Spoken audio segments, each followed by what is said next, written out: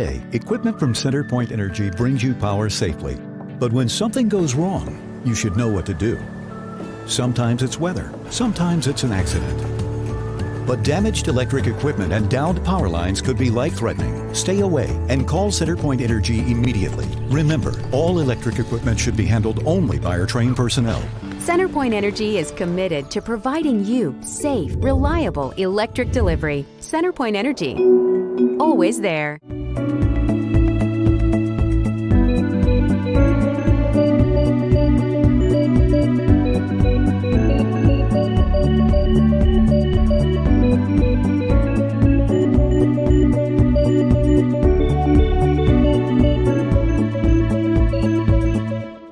Every day, equipment from CenterPoint Energy brings you power safely. But when something goes wrong, you should know what to do. Sometimes it's weather, sometimes it's an accident. But damaged electric equipment and downed power lines could be life-threatening. Stay away and call CenterPoint Energy immediately. Remember, all electric equipment should be handled only by our trained personnel. CenterPoint Energy is committed to providing you safe, reliable electric delivery. CenterPoint Energy, always there.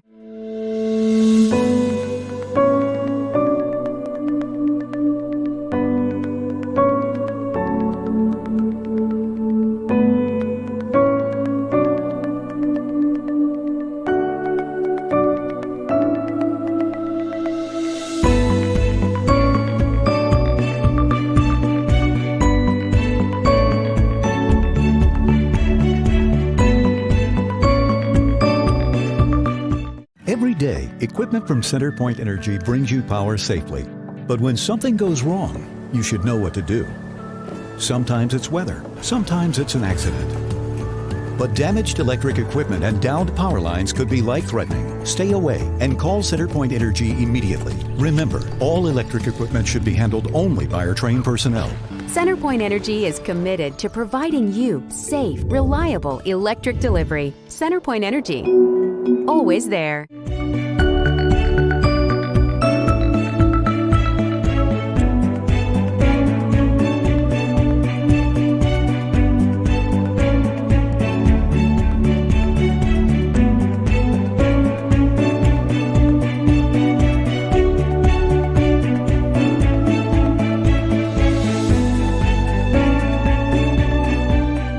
Every day, equipment from CenterPoint Energy brings you power safely. But when something goes wrong, you should know what to do. Sometimes it's weather, sometimes it's an accident. But damaged electric equipment and downed power lines could be life-threatening. Stay away and call CenterPoint Energy immediately. Remember, all electric equipment should be handled only by our trained personnel. CenterPoint Energy is committed to providing you safe, reliable electric delivery. CenterPoint Energy, always there.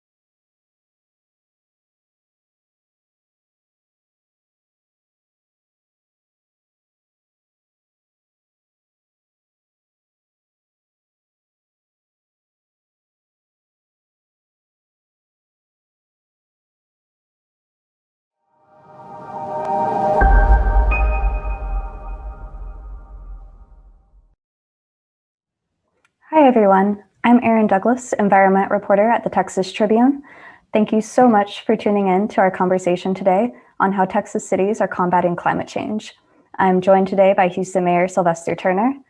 Turner was first elected mayor of Houston, Texas's largest city and the nation's fourth largest, in 2015. He was reelected in 2019. In January, he was named chair of Climate Mayors, a national coalition of more than 400 U.S. mayors advocating for climate policy changes that gained traction after the U.S. said it would leave the Paris Climate Agreement. Mayors coordinated to continue to adhere to the international targets. Previously, Turner served in the Texas House for more than 2 decades. Mayor Turner, thank you so much for being here. Erin, thank you for having me, and I'm looking forward to having a conversation with you today and those who are tuning in with us. Wonderful. Okay, let's get started. Okay. So I just want to start off by talking about, last month, millions across the state were left without power for several days during the winter storm. It resulted in dozens of deaths across Texas. We've listened to state agencies and companies testify about what went wrong, and the legislature is in session right now trying to figure out how to prevent this sort of disaster in the future. But I'm curious to hear, from your perspective as a city leader, a local leader, what were your big takeaways from this storm? What went wrong on a local level across major Texas cities? And are there things that Texas cities could do or could have done that would have better protected these residents from power outages? Well, and one of the things that's important is that when things are foreseeable and preventable, you have to act on them. I was in the legislature back in 2011 when we faced a major winter storm back then. In fact, I filed House Bill 1986 that required the Public Utility Commission to mandate that ERCOT maintain an adequate reserve to prevent blackouts. That is specifically what it said. And then I also wrote a letter in 2011 to the Public Utility Commission indicating that we were putting in place a market-driven system that when the demand exceeded the supply, these power generators could go from charging a few thousand per megawatt up to 9,000 megawatts, and voice concerns about the added cost that would have on consumers. Both of those were pretty much ignored. And the hope was that by creating this market-driven system, that would have incentivized the power generators to weatherize their systems and to have an adequate reserve. Neither took place. And as a result, what happened in the state of Texas a month ago was foreseeable. It was preventable. It isn't. And let me also add, ERCOT and others never really acknowledged climate change. And what we have seen over the last 10 years is that these storms are coming more frequently with greater intensity. They're more costly. And we have to recognize that the Texas grid was designed primarily for the summer heat, not designed for a winter storm. Well, climate change indicates that these type of extremes can come whether you're dealing with the spring, the summer, the fall, or the winter. And so you have to create a system that is resilient, that factors in that climate change is real, and you have to prepare for the entire year.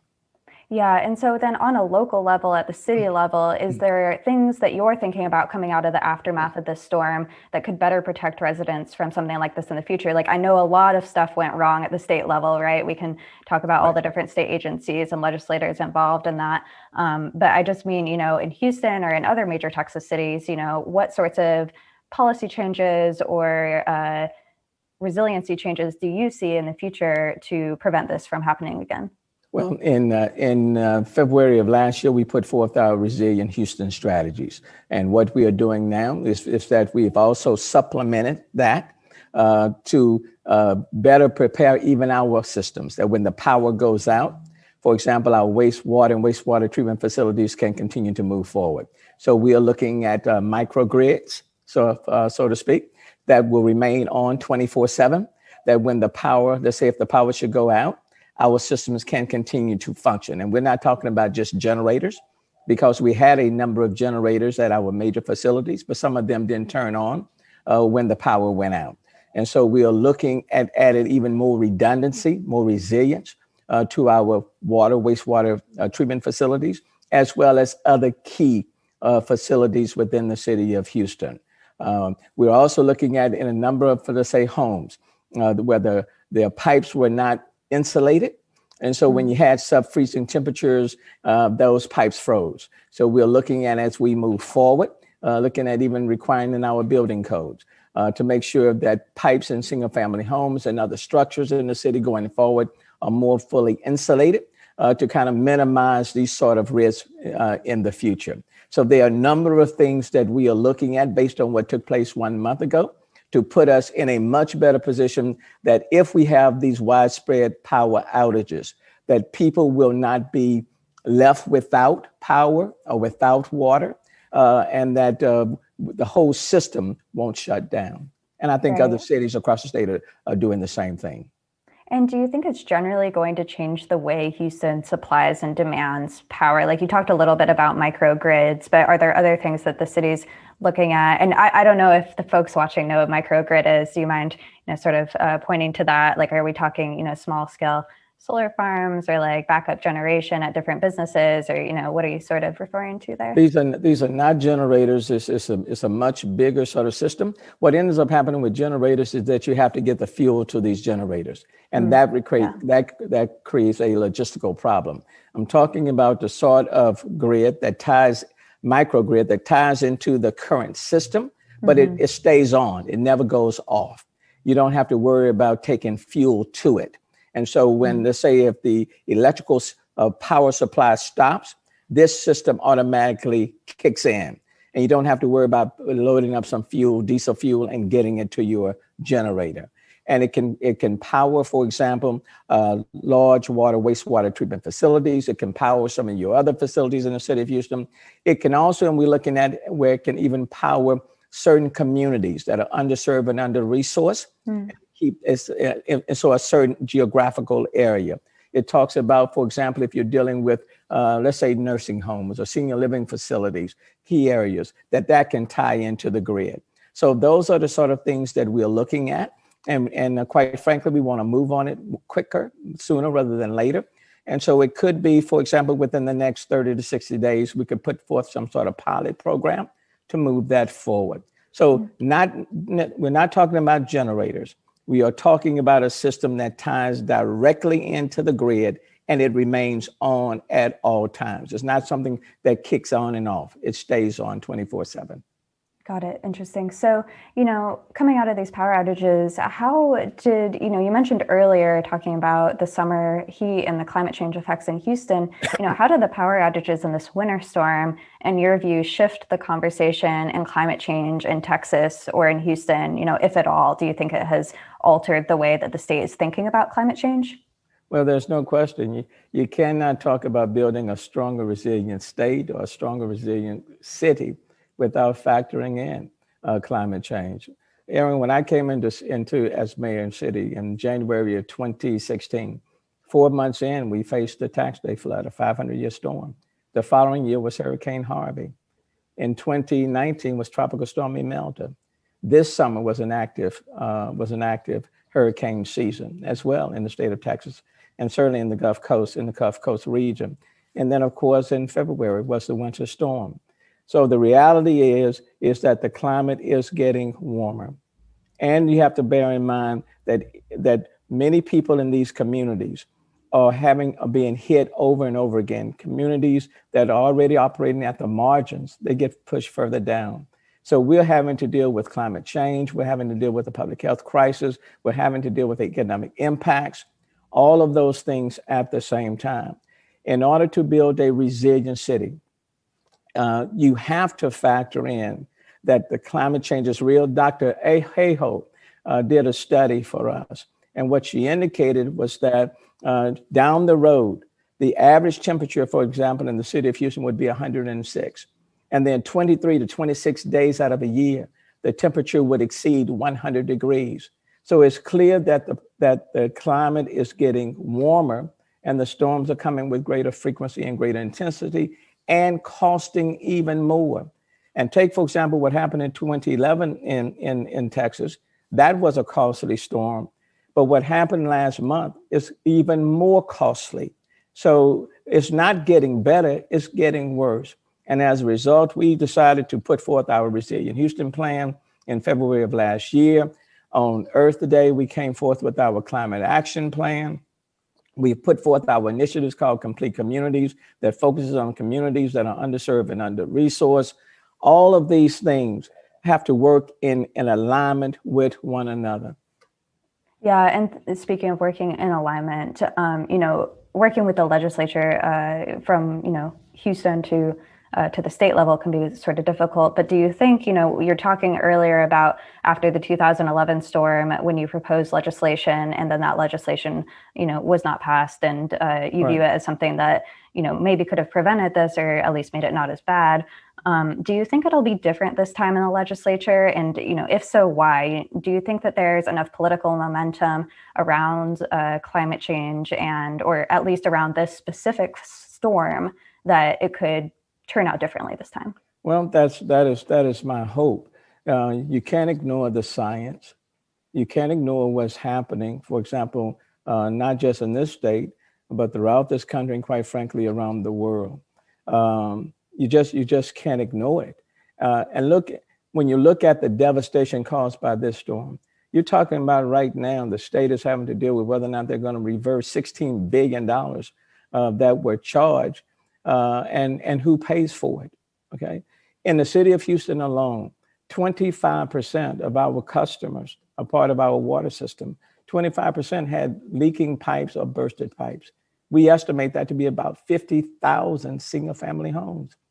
More than 400 apartments in the city of Houston had busted pipes, okay? So you're talking about the huge devastation. People having to deal with the high cost of utility bills or water bills, and then having to repair their homes. There are many people, for example, that came back to homes, that were in homes when the pipes burst. It's not just about repairing the pipes. It's about losing the furniture, losing everything in their refrigerators. So you can't keep going through this over and over again. And if you don't make transformational changes, not just incremental changes, but if you don't make transformational changes, if you don't factor in climate change, if you don't recognize the science, the situation doesn't just repeat itself like 10 years ago, but it comes back and it's even more devastating and it's even more costly and more people's lives are substantially disrupted. So I'm going to be an optimist and I'm going to say, yes, the legislature hopefully will get it this time. But it's going to be important for cities, for stakeholders, for the business community, and others to be at the table, having these conversations, and then making sure that what we put in place is something that is truly transformational and not just political. Yeah. And speaking of the business community, I definitely wanted to chat about that because, you're mayor of what we often call the energy capital of the world. And then you're also the chair of climate mayors. And does it ever feel like those two roles are in conflict to you? If you had asked me that question 10 years ago, I would have said yes. If you had asked me maybe 7, 8 years ago, I probably would have said yes. But in the aftermath of Harvey, it was a game changer. You're talking about what happened in 2011, what happened last month in the state of Texas. Let me talk about specifically the city of Houston. 2017, Harvey, more rain fell on this city than any city on the North American continent, okay? We had 40% more rain that fell on this city in 2017 that would have fallen, let's say 100 years ago. Harvey was a game changer. It impacted not only just residential persons, but it impacted businesses as well. And we recognized that if we just built back, then we were building back for failure. We had to build forward. In the absence of a federal mandate at the time, and quite frankly, in the absence of a state mandate, the city of Houston came together to put forth this Resilient Houston Plan and this Climate Action Plan, and we recognized that it needed to be done in collaboration with our business sector. And I am pleased to say, for example, in this city, it was Shell that underwrote our Resilient Houston Plan. It was CenterPoint, for example, that was very active in our Climate Action Plan.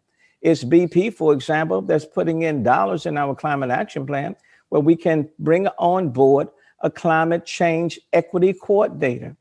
And so these things are happening in collaboration. We're not trying to move away from the industry, but what we are doing is that we're trying to move the energy industry forward. And so as a result, we talk about 50 new Energy 2.0 companies by 2025, okay?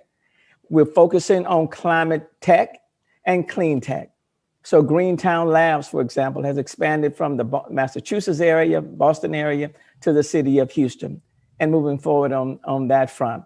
We're talking about electrifying not only our public fleet, but our private fleet. So we've come up with what we call Evolve Houston, dealing with transportation electrification, working with Shell, NRG, CenterPoint, University of Houston. We're working with, for example, with the Rice Carbon Hub and the University of Houston Carbon Management Program in order to develop these climate tech and clean tech companies. The ION, which is one of our innovative hubs, is focusing on startups, technologies, and innovation, because a part of the climate action plan is to bring about what I call accelerating these technologies that can decarbonize our energy sector. And we recognize that if we can bring about these sort of transformational changes, the benefits that accrue in the city of Houston will benefit us globally, because we have some of the largest global emitters located right here in the city of Houston. And so there are a number of things that we are doing to address climate change, establishing public-private, what can I call it, partnerships that can have a major, meaningful difference.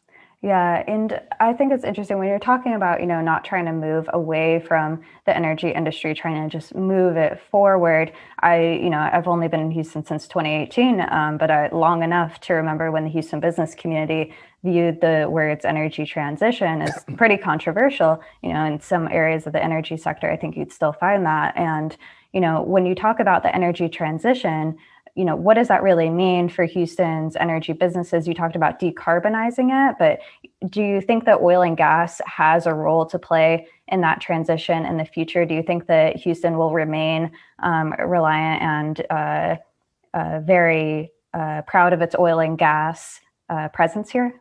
Well, diversification is taking place at multiple levels. We're proud of the fact that we have been known as the energy capital of the world, which is true. We started with innovation oil and gas sector back in 1901 at Spindletop, and innovations have taken place since then. And now we no longer talk about just oil and gas, we talk about being the energy capital of the world. But we also recognize in order to be a global leader, we have to lead in terms of energy transition. And that's why, for example, in the city of Houston, as of July 1, for example, all of our city facilities are 100% powered by renewables in the city of Houston. City of Houston uses more renewables than any city in the United States of America. When you talk about the climate action plan, for example, a part of that is focusing on wind and solar. And our energy companies are participating in that. But I also want to quickly add, you can't talk about leading an energy transition without also talking about equity. So that has to be part of the equation. There are four major pillars of the climate action plan: energy transition, okay, transportation, building optimization, and waste material management. Those are the four pillars. And in each one of those areas, the energy industry is a vital part of it. And I think there's the recognition, and what we're trying to say, we can achieve the goals of the Paris Climate Agreement by 2050, but my goal is to do it even quicker. And we can do it by using technologies, climate tech, clean tech, electrifying our fleet, both public and private. So we say by 2030, we have the 30 by 30 initiative, 30% of our private vehicles to be electrified by 2030, okay, or sooner. All of those things must be done in collaboration. Lastly, what I want to point out on the equity piece, solar power, for example. Back in 1930 in the city of Houston, there was this major landfill, 240 acres, okay? It closed based on a lot of pressure, public pressure, in 1970. Since over the last 50 years, these 240 acres have been dormant, contaminated space. What we are now doing is that we are talking about taking these 240 contaminated acres and turning them into one of the largest urban solar farms in the United States. And that's being done in collaboration with people in our energy sector, okay? So it's those type of collaborations. So yes, that's what I talk about when we say being the energy capital of the world, but leading in energy transition. You have to factor in renewables in a very real way. And these energy companies are part of those collaborations. And quite frankly, what we have found is that the more we are talking about pushing it forward, they're taking bolder, more stronger initiatives to bring about this energy transition. It's not just from even an environmental point of view, but from an economic, it just makes good economic sense to do that. Mm-hmm. And that's what the business community in the city of Houston recognizes. And now we're just working in collaboration. And has the business community expressed any concerns over this energy transition plan that they might have to relocate or move their operations to somewhere else if they have, if they feel like there's increasing pressure to do X, Y, or Z? Or I don't know if you've faced those sorts of pressures from the business community quite yet, but as you're becoming more and more aggressive on this, chairing up the climate initiative and putting out all these plans, are companies? Do you worry that you're going to push companies out? I think it would be fair to say that there's probably some nervousness on the part of some companies. I think that's that's understandable. But I also believe that there's a recognition that if we don't take significant steps, okay, to build a stronger, resilient, sustainable city, no one wins, okay? It's a lose-lose on all fronts. We can't continue to be experiencing the harvests of the world every single year or every other year, okay? These storms are coming with greater frequency, and they're coming 12 months of the year. This winter storm was unprecedented. Harvey was unprecedented. In the last 5 years, we have faced at least 4 500-year storms. You can't have businesses in the refinery and them continuing to operate when there are storms coming through the Gulf. So and what we have had to do and what we are doing in the absence of a previous federal mandate or a state mandate is to work in collaboration with the energy sector. And I believe we've been very successful. Look, even before I agreed to become the chair of the U.S. Climate Mayors, I had to stop and say, okay, do I really want to do this? And I'm sure that there were some who were probably concerned as to, really? The mayor of the city of Houston being the head of the U.S. Climate Mayors, really? I mean, is this in alignment? Is this consistent? But the reality is, I don't think there's a better time for the mayor of Houston to assume this role and to indicate that if we can get it right here in the city of Houston, working in collaboration, for example, with Austin, with San Antonio, with Dallas, with many other cities in the state of Texas, then I think we will be a shining example for cities and other places throughout the world. So I'm fortunate to have the U.S. Climate Mayors. I'm fortunate right now to be the chair of the Resilient Cities Network, which is globally the successor to the 100 Resilient Cities. I'm fortunate to be in those positions and working with C40. All of these things are in alignment. And from a business perspective, what we are saying, you can't talk about international global trade and business investments without also being able to say to people around the country and around the globe that the city of Houston is genuinely focused on taking the necessary steps to build resilience and also to address climate change. I think it just makes good business sense, and I think businesses recognize that as well. Switching gears just a little bit, I wanted to ask about the localized impacts of climate change, as a local leader. But, even within the city of Houston, there are disproportionate impacts of climate change from neighborhood to neighborhood, depending on your job, age, health, race, all these different factors. And so when you're thinking about this as a leader, how do city leaders prepare all corners of their cities for the effects of climate change? Well, it's important for them to be at the table, a part of this discussion. When we we're putting forth our U.S. Climate plan for it was important to have stakeholders at the table. And you can't talk about it without talking about equity, because these communities, for example, they were impacted by Harvey, they were impacted by the Tax Day flood, all of these storms, they've been impacted by the winter storms. So you must build in equity. That's why part of the climate plan is to put in place a climate equity coordinator. That's why when we are talking about this solar forum, the Sunnyside community where these 240 acres are, that's in one of our low-income communities. That's been holding down that community for the last 50 years. And so the question is, how can we advance climate change, resiliency, and at the same time uplift communities that have been held down for decades? Those have to be aligned. It's not one or the other. When you're talking about cancer clusters, where there has been, for example, elements dumped into certain neighborhoods, and now communities and people are being affected.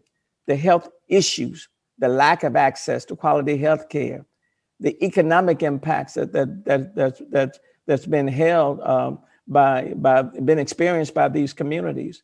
It all goes hand in hand. So as we move forward, and one of the things that I want to emphasize being head of U.S. climate mayors is that you can't talk about climate change without talking about equity and inclusion in your strategies, without also making sure that whatever we put in place, we are sensitive to communities that have been underserved and under-resourced for decades, and communities that have been operating at the margins.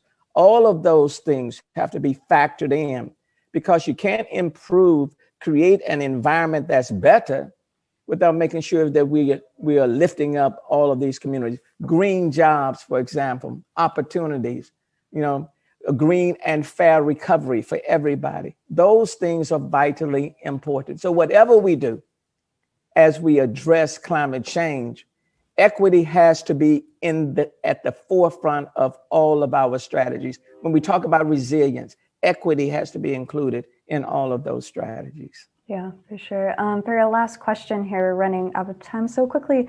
I wanted to ask one from the audience. Veronica had asked about what pushback you anticipate from state government. And, I want to know about this too. How do you work with a Republican-dominated legislature as a city leader on this issue? Like, do you call it climate change? Do you need to call it climate change? How do we get the legislature to face climate change, from your perspective as a mayor in a large city versus the Republican leadership at the state level? And the answer is yes, you have to call it for what it is. Okay. Look, time is out. We have run out of time trying to dodge around and ignore it and treat it like it doesn't exist. And quite frankly, what's happening in real time will bring about the transformation. In 2011, if I can use that as an example, that winter storm triggered a lot of conversation, but it did not bring about the necessary change. Mm-hmm. And over the last 10 years, even in the state of Texas, policymakers, state leaders have been reluctant to talk about climate change. But just because you don't talk about it doesn't mean that it will not occur.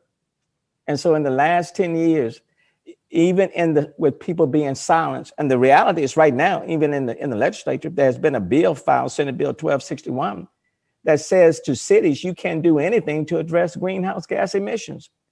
So there are still policymakers in Austin that still don't get it. They don't get it. But let me tell you who does get it. When people are faced with high electricity bills, okay, they want to know why. When people are faced with leaking busted pipes because there's no power, they want to know why. When people can't go to their dialysis because there's no power and no water, they want to know why. So it's the people in these homes, the people in these apartments, business leaders who get it. And who wants to be a part of the national conversation when it's not for good reasons?